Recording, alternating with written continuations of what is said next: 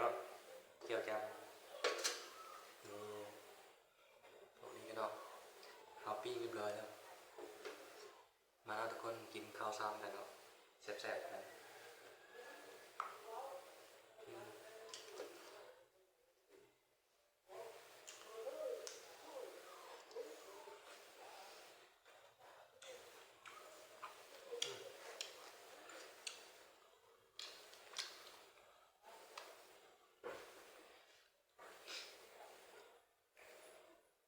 เป็นเจียวทุกคน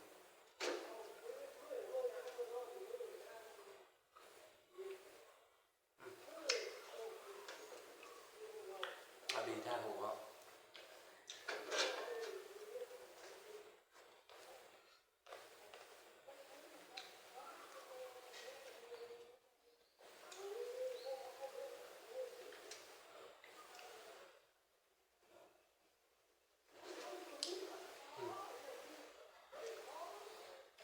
ตอนยังไงทุกคน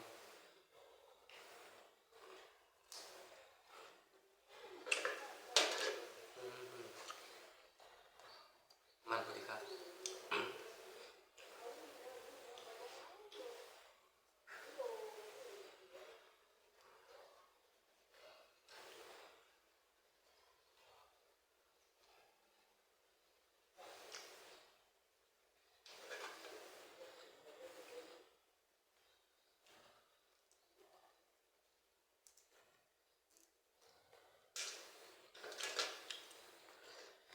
กินข้าวยามเช้าแล้วทุกคนเนาะ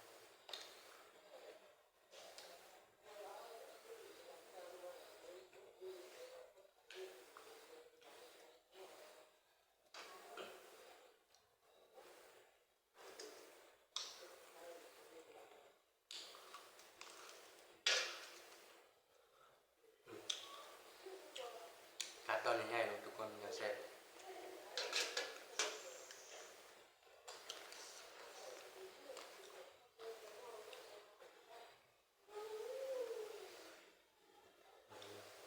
จำเจียวนะครับทุกคนเนาะนี่เจียวเขาทำเอง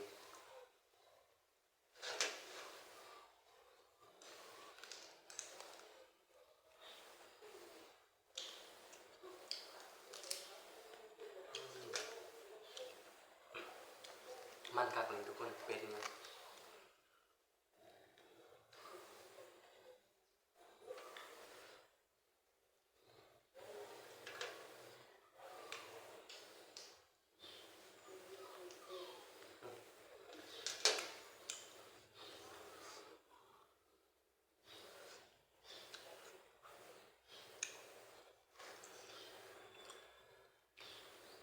แซ่บเลยทุกคนเนาะกับข้าวเหนียวเขา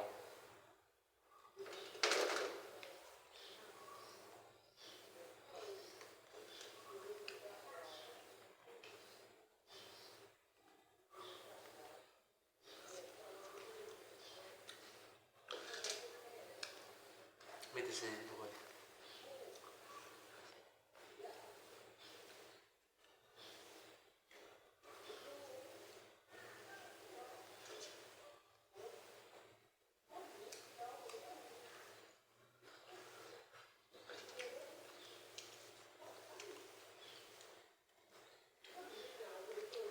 อย่าลืมกดติดตามกันด้วยทุกคนเด้อเพื่อที่เข้ามาเบิ่งเนาะ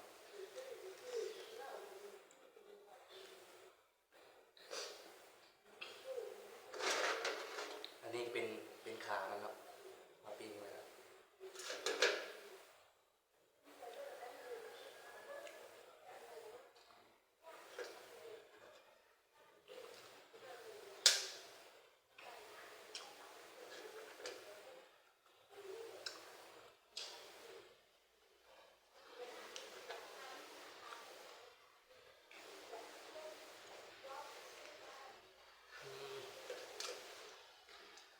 แซ่บทุกคน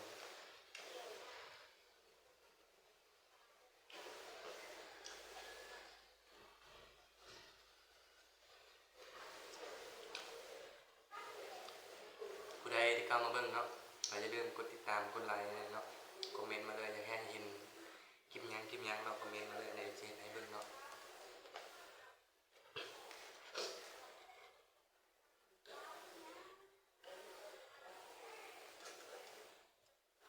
กินตอนเดียวก็อิ่มทุกคนนี่จะซื้อ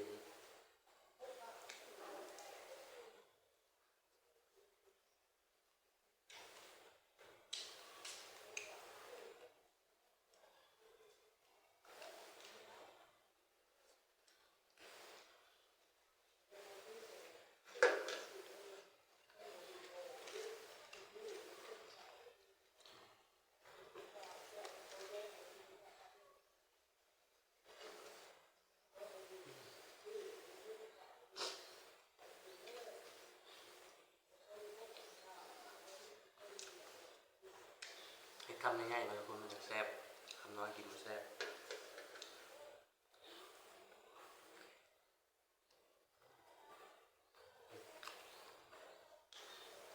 กระดูกมันน้อยเดียวครับ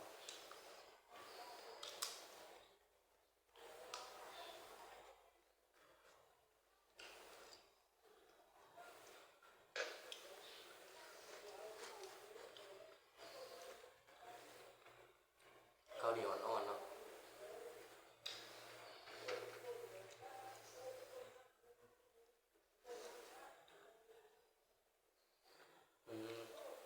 อันนี้ก็ปิดเตอร์มันเนาะที่เราช่อยแล้ว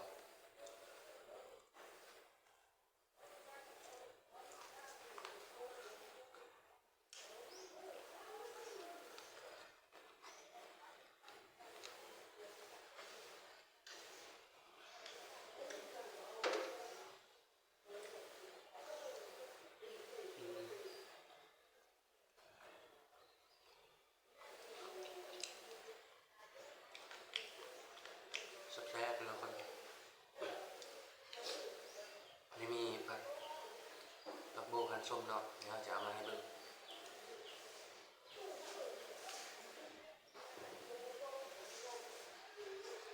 นี่ทุกคนก็สิบเห็นเลยเนาะมันแบบนี่เนาะผักโบกันส้มเนาะที่เราจะกินตอนเที่ยงแม่คันไว้แล้วมันกำลังเป็นเนาะผักโบ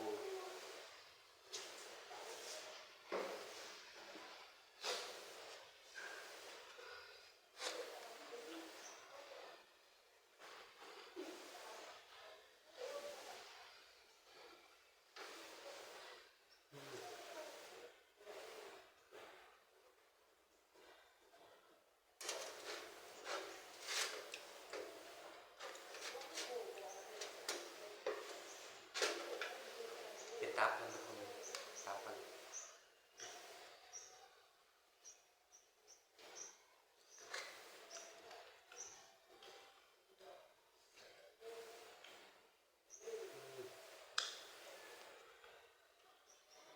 ตับมันก็แซ่บๆเนาะ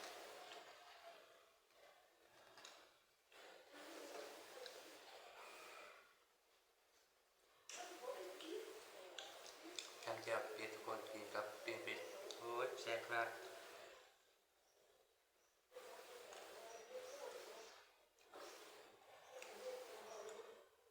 สำหรับคลิปนี้ก็เมื่อตอนนี้เนาะทุกคนเนาะ